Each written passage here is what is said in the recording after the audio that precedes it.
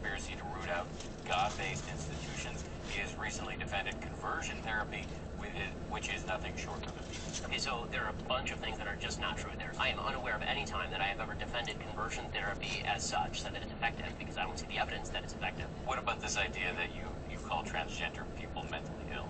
I do say that transgenderism is a mental illness, because it's gender dysphoria, it's a psychological disorder. So that's not an insult to people who suffer from psychological disorders. You are not doing a service to people who are suffering from a mental disorder to humor them by suggesting that their mental disorder is reflected in objective reality. It is important to note that the American Psychological Association does not define being transgender as a mental illness. A gender dysphoria diagnosis only applies if an individual experiences significant distress. It's actually a natural phenomenon, and they're committing suicide because they're depressed, because people are mistreating them. Then I'm not for mistreatment, but I don't think that me suggesting that you're not a woman is mistreatment of you. Whether or not you agree with Shapiro, whether or not you think he's engaged in hate speech, there is little doubt that his speech is protected by the First Amendment. They won't let a Jewish guy come to a college campus and say what he wants to say.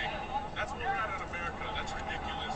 At just past 6 o'clock, and with the protests heating up, Professor David Vergobi, who teaches a class on freedom of expression here, tells us that many college students today do not understand that speech is protected unless it directly incites violence. This is a public institution. It's a government entity. They have to guarantee the free speech rights of everyone, including Shapiro.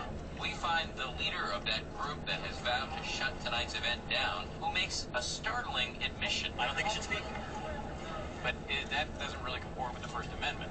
I don't care. You don't care? I don't care. Why not?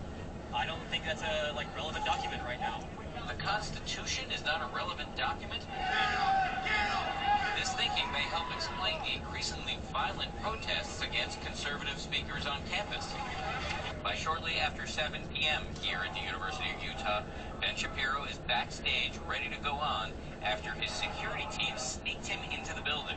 One irony is that while he's hated by many on the left, he's also hated by the self-described alt-right. I've been very, very outspoken against the alt-right. I've said the alt-right is a garbage movement composed of garbage ideas. That it has nothing to do with constitutional conservatism. Shapiro is also fiercely critical of Donald Trump, and he publicly quit his last job at Breitbart News when a female colleague was allegedly manhandled by Trump campaign manager Corey Lewandowski. And Shapiro thought Breitbart failed to have her back. And I quit under very public circumstances because Breitbart had been turning itself into a Trump propaganda arm, and the alt-right really liked President Trump or then candidate Trump. What kind of blowback have you received?